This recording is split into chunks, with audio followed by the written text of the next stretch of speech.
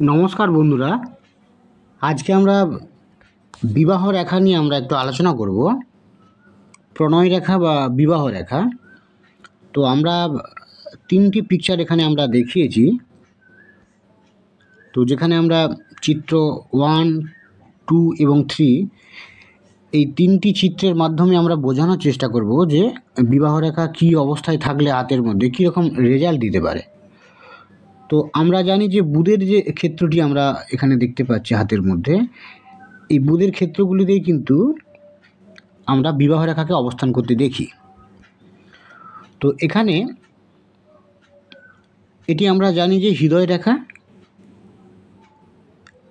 রেখার উপরের যে অংশটি, সেখানে আমরা দেখতে পাবো যে ওই কনিষ্ঠাঙ্গুলের নিচে আমরা কখনো একটি কিংবা দুটি রেখাকে আমরা অবস্থান করতে দেখব। যেমন এখানে আমরা পিকচারে দেখিয়েছি, এর উপরে একটি আছে, আরেকটি বড় আছে, শাখা রেখাযুক্ত, একটি ছোট আর একটি বড়। এই যে দুটি রেখাকে আমরা দেখতে পাচ্ছি, এগুলি কিন্তু বিবাহ রেখা। তো বিবাহ রেখা হৃদয় রেখার উপরের অংশ উৎপত্তি হতে দেখা যায়, উপরের অংশে অবস্থান করতে দেখা যায়, এবং সেখান থেকে কখনো আমরা দেখি যে উপরের দিকে অগ্রসর হয়, আবার কখনো দেখা যায় কি যে সেই হৃদয় রেখার দিকে নিচের দিকে নেমে আসে। তার বিভিন্ন ফলাফল আছে। তো প্রথমে আমরা জানবো কি যে যদি কারো হাতে শাখাযুক্ত একটি বিবাহ রেখা থাকে, তাহলে তার স্ত্রী রুগ্ন হয়। তো বিবাহ রেখাটা যদি শাখা থাকে, যেমন আমরা এখানে দেখিয়েছি, এখানে বিবাহ রেখাটি দেখুন শাখা, মানে বিবাহ রেখা অগ্রসর হওয়ার পরে, বিবাহ রেখা আমরা যদি দেখি যে অগ্রসর হওয়ার পর এরকম ভাগে ভাগ হয়ে গেল। তো এই 1 নম্বর পিকচারটিতে যেমনটি আমরা দেখিয়েছি, ঠিক ওই রকমভাবে যদি অবস্থান করে শাখাযুক্ত একটি রেখা, তাহলে তার স্ত্রী রুগ্ন হয়। এখানে একটা গুরুত্বপূর্ণ ব্যাপার যে এই যে শাখাযুক্ত রেখাটি, এটি কিন্তু সমান্তরালভাবেই থাকবে। মানে অনেক সময় দেখা যায় কি যে হৃদয় রেখাকে ক্রস করে চলে যায় বা উপরের দিকে অনেকটা উঠে যায়, এইরকম একটা অবস্থা নয়, কারণ তার রেজাল্ট আলাদা হবে। তাহলে যদি আমরা দেখি কারো হাতে শাখাযুক্ত একটি বিবাহ রেখা থাকে, তাহলে তার স্ত্রী রুগ্ন হবে। আর যদি এইরকমই কোনো রেখা স্ত্রীলোকের করতলে থাকে, তখন তার স্বামী রুগ্ন হবে। 2 নম্বর হচ্ছে কি যে যদি কারো হাতে একটি বিবাহ রেখা থাকে এবং সেটি বলয়াকৃতি হয় এবং বুধের ক্ষেত্রে প্রবেশ করে, তো আমরা দেখলাম যে এখান থেকে বুধের ক্ষেত্রে উপরের দিকে উঠে যাচ্ছে, এইরকম যদি হয়, তাহলে সেই জাতক জাতিকা বিবাহ হতে সমস্যা হয়, সম্বন্ধ স্থির হয়েও ভেঙে যায়, এরকম একটা অবস্থা তৈরি হয়। তো 3 নম্বর পয়েন্টে আমরা চলে আসব। তো যদি কারো হাতে বিবাহ রেখা একটি বড় এবং অপরটি ছোট হয়, তবে তার বড়টি সামাজিক বিবাহ এবং ছোটটি প্রেম, এটি ধরে নিতে হবে। দুটো রেখা থাকে, অনেক সময় দেখা যায় কি যে একটা বিবাহ রেখা একটা ছোট আছে আর একটা এর উপরে বড় আছে। তো এগুলো অনেক কাছাকাছি থাকে। যেমন এই জায়গাটি যদি আমরা ভালো করে লক্ষ্য করি, এখানে আমরা দেখতে পাবো দুটি রেখা আছে, একটা ছোট আর একটা বড়। তো দুটো রেখা থাকতেই পারে, বুধের ক্ষেত্রে নিচে, হৃদয় রেখার উপরে। বুধের ক্ষেত্রটিতে অবস্থান করবে আর হৃদয় রেখার উপরে থাকে, দুটি রেখা থাকে। তো এরকম হলে ছোটটা হচ্ছে বিভিন্ন ধরনের প্রেমজনিত ঘটনা, আর বড়টি হচ্ছে সামাজিক বিবাহ, এটি আমাদের ধরে নিতে হবে। যদি কারো 4 নম্বরে চলে আসবো, 4 নম্বর পয়েন্টে, যদি কারো হাতে বিবাহ রেখায় জব চিহ্ন থাকে, তাহলে জাতক বা জাতিকার বিবাহে বিভিন্ন বাধা বিঘ্ন আসে, বিবাহ হলেও এদের দাম্পত্য জীবন সুখের হয় না। তো বিবাহ রেখার ক্ষেত্রে আমরা দেখতে হবে যে কি এই ধরনের কোনো ধরনের চিহ্ন আছে কি নেই। এই তিনটি ক্ষেত্রেই কিন্তু এটি বিবাহ রেখা, এই 1 নম্বর, 2 নম্বর, 3 নম্বর। তো তার গঠনগুলো একটু আলাদা আলাদা আছে, বিভিন্ন সময় আমরা যখন আলোচনা করব তাতে এই জিনিসটা আরও পরিষ্কার হবে। তো এবার আমরা চলে আসবো, যদি বিবাহ রেখায় ত্রিকোণ চিহ্ন থাকে, তবে সেই জাতক বিবাহে অর্থ এবং সম্পত্তি লাভ করবে। আর স্ত্রীলোকের ক্ষেত্রে হলে সে আদরিণী হবে, তার দাম্পত্য জীবন সুখের হবে। তাহলে বিবাহ রেখায় যদি ত্রিভুজ রেখা, মানে সেটি কিন্তু খুবই ছোট আকারেরই থাকবে। ত্রিভুজ টাইপের একটা যদি কোনো চিহ্ন থাকে সেখানে, এগুলো খুবই রেয়ার চিহ্ন, যদি থাকে সেক্ষেত্রে একটা এই ধরনের অবস্থা তৈরি হবে। যদি বিবাহ রেখায় চতুষ্কোণ চিহ্ন থাকে, তবে সেই জাতক বিবাহে প্রচুর অর্থ সম্পত্তি লাভ করবে। আর নারীর হাতে যদি এইরূপ রেখা থাকে, তাহলে জাতিকার স্বামী ধনবান হবে।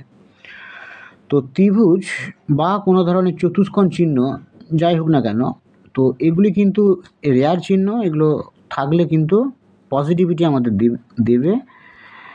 আবার অন্যদিকে যদি আমাদের হাতে কোনো ধরনের জব চিহ্ন থাকে বা সেখানে ক্রস চিহ্ন থাকে, সেক্ষেত্রে কিন্তু প্রবলেম আসবে, সেগুলো আমরা পরে আসছি। এই ত্রিকোণ বা চতুষ্কোণ এগুলো কিন্তু পজিটিভ চিহ্ন। যদি কারো বিবাহ রেখা বলয়াকৃতি হয়ে হৃদয় রেখাকে স্পর্শ করে, তবে সেই জাতক জাতিকার স্বামী বা স্ত্রীর হঠাৎ বিপত্তির মুখোমুখি হতে পারে এবং সেখানে বিচ্ছেদের একটা ব্যাপারও তৈরি হতে পারে, প্রাণনাশেরও একটা অবস্থা তৈরি হতে পারে। তো সেটি আমাদের এই যেমনটি আমরা দেখেছি, এখানে হৃদয় রেখাকে এখানে স্পর্শ করে ছেদ করে বেরিয়ে গেছে, এটা কিন্তু আরও অনেক খারাপ অবস্থা। এখানে আমরা দেখতে পাচ্ছি যে বিবাহ রেখাটি একটি শাখা রেখা পূর্ণ হয়েছে, প্লাস আবার হৃদয় রেখাকে কেটে বেরিয়ে গেছে, এটি কিন্তু অনেক খারাপ অবস্থা। টাচ করলেই কিন্তু এরকম একটা অবস্থা তৈরি হবে, যে জাতক জাতিকার মধ্যে বিচ্ছেদ হতে পারে, তাদের স্বামী স্ত্রীর একটা বিপত্তি বা শারীরিক একটা অসুস্থতার মুখে পড়তে পারে বা প্রাণহানির আশঙ্কাও পর্যন্ত থাকতে পারে। 8 নম্বর হচ্ছে, যদি কোনো জাতক জাতিকার বিবাহ রেখা খণ্ডিত হয়, তবে সেই জাতক জাতিকার দাম্পত্য জীবন অনেক অশান্তিপূর্ণ এবং দুঃখময় হবে। আর স্বামী বা স্ত্রী সেখানে হচ্ছে নিরুদ্দেশ হয়ে যেতে পারে বা বিবাহ বিচ্ছেদও ঘটতে পারে। তাহলে খণ্ডিত মানে কি, যে এই বিবাহ রেখাটি এখানে শুরু হয়ে আবার গ্যাপ হয়ে আবার শুরু হলো, এইরকম যদি অবস্থা দেখা যায়, সেক্ষেত্রে কিন্তু এই ধরনের একটা পরিস্থিতি তৈরি হতে পারে। নিরুদ্দেশ হতে দেখা গেছে কখনো, আবার কখনো দেখা গেছে বিবাহ বিচ্ছেদেরও মুখোমুখি হতে হয়েছে। তাহলে বিবাহ বিচ্ছেদ বা দূরত্ব তৈরি হওয়ার বিবাহ ক্ষেত্রে একাধিকভাবে আমরা দেখতে পারি। বিবাহ রেখাটি যখন আমরা দেখাচ্ছি যে মানে হৃদয় রেখাকে স্পর্শ করেছে, তখনও যেমন এরকম একটা অবস্থা হবে। আবার বিবাহ রেখা খণ্ডিত হলেও কিন্তু এই বিচ্ছেদ, দূরত্ব তৈরি হওয়া, প্রাণহানির এই ধরনের আশঙ্কা তৈরি হতে পারে। এক্ষেত্রে নিরুদ্দেশ হওয়ারও একটা ব্যাপার থাকছে, এই যখন খণ্ডিত অবস্থায় থাকছে।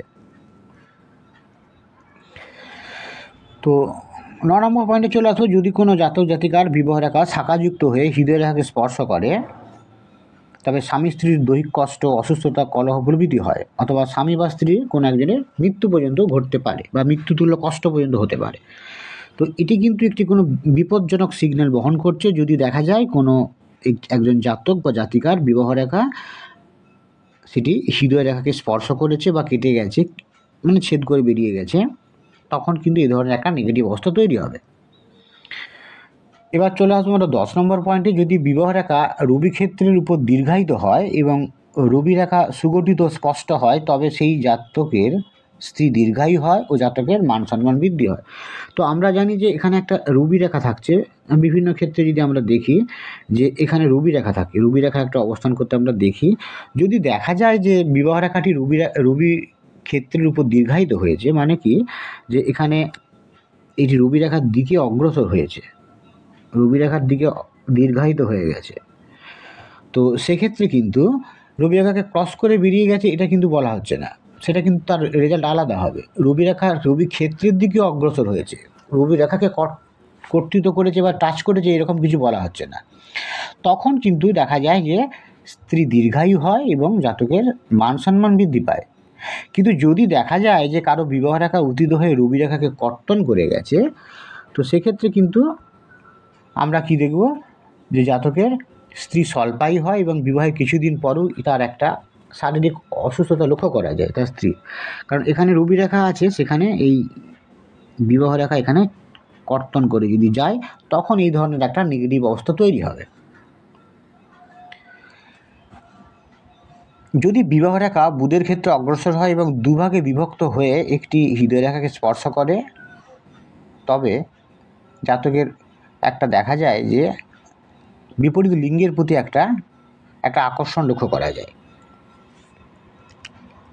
তাহলে এটা কিন্তু আবার আমি বললাম যে এটা একটা বিপজ্জনক অবস্থা। হাতে যদি এই ধরনের অবস্থা থাকে, এক তো শাখা রেখা যুক্ত হয়ে গেছে, তারপর বিবাহ রেখাটি এই যে হৃদয় রেখা যে আমাদের আছে, ওই হৃদয় রেখাকে কর্তৃত্ব করে নিচের দিকে নেমে গেছে। তো এই জায়গাটা তৈরি হলে একাধিক জিনিস ঘটতে পারে, যেমন এক্ষেত্রে বলা হচ্ছে কি, যে কর্তৃত্ব হয়ে গেলে যে সেক্ষেত্রে বিপরীত লিঙ্গের কাছ থেকে চরম আঘাত পায়, এবং নারীদের ক্ষেত্রে যদি এই কর্তৃত্ব ভাবনা দেখা যায় হৃদয় রেখার, যে এই বিবাহ রেখা হৃদয় রেখাকে কর্তৃত্ব করে নিচের দিকে নেমে গেছে, তখন দুশ্চরিত্রা হয়, দাম্পত্য জীবন অশান্তিময় হয়, অনেক স্থলে একটা দেখা যায় যে বিবাহ নাও হতে পারে, এরকম একটা অবস্থা তৈরি হতে পারে। তো এই বিবাহ রেখা হৃদয় রেখাকে কর্তন করে যাওয়া এবং শাখা রেখা থাকা এগুলো কিন্তু খুবই একটা বিপজ্জনক প্রবণতা। এখানে একাধিক নেগেটিভ অবস্থা তৈরি হতে পারে। এবার চলে আসবো যে যদি আমরা দেখি যে বিবাহ রেখায় দ্বীপ চিহ্ন থাকে তাহলে জাতকের বিবাহ বারবার বাধা আসে এবং বিবাহ হলে দাম্পত্য জীবন সুখের হয় না। একটু আগে আমরা বলেছিলাম যে ত্রিভুজ চিহ্ন বা চতুর্ভুজ বা চতুষ্কোণ যাই হোক না কারণ এগুলো একটা পজিটিভ অবস্থা তৈরি করবে, কিন্তু সেখানে ক্রস চিহ্ন, সেখানে দ্বীপ চিহ্ন এইগুলো কিন্তু একটা নেগেটিভ অবস্থা তৈরি করবে। যদি আমরা দেখি যে রবি রেখার ক্ষেত্রে এই বিবাহ রেখার উপর এই ধরনের অবস্থা তৈরি হয়েছে তাহলে একটা কিন্তু সমস্যার কথা বলবে। আর যদি এই ত্রিভুজ বা চতুষ্কোণ থাকে সেক্ষেত্রে একটা পজিটিভ অবস্থার কথা বলবে। তো যদি আমরা দেখি যে এখানে দ্বীপ চিহ্ন থাকে তাহলে জাতকের বিবাহ বারবার বাধা আসে এবং বিবাহ হলেও দাম্পত্য জীবন সুখের হয় না। আর নারীদের ক্ষেত্রে বিবাহ এই ধরনের যদি চিহ্ন থাকে দ্বীপ চিহ্ন, বিবাহ বিচ্ছেদ হয়। তারপরের পয়েন্টে চলে আসবো, বিবাহ রেখার উপর যদি ক্রস চিহ্ন থাকে, যেটা আমরা বললাম যে যদি বিবাহ রেখা একটা অগ্রসর হচ্ছে এইখানে একটা ক্রস চিহ্ন আছে, তো তাকে সেই সব জাতকের ক্ষেত্রে দেখা যাবে বিবাহ হওয়া দুঃসাধ্য হয়ে পড়ে এবং বিবাহ হলেও তার বিবাহ বিচ্ছেদ খুব তাড়াতাড়ি সংঘটিত হয়। এবার আরেকটি গুরুত্বপূর্ণ তথ্য, যদি বিবাহ রেখা একেবারেই যদি না থাকে তবে সেক্ষেত্রে দেখা যায় যে তার বিবাহ হতে সমস্যা হয়, অনেক সময় সে অবিবাহিত অবস্থাও তাকে থাকতে হয়। আজ এই পর্যন্ত, ভবিষ্যতে আমরা আবার অন্য কোনো ভিডিও নিয়ে আমরা আলোচনা করব। ভালো থাকবেন, নমস্কার।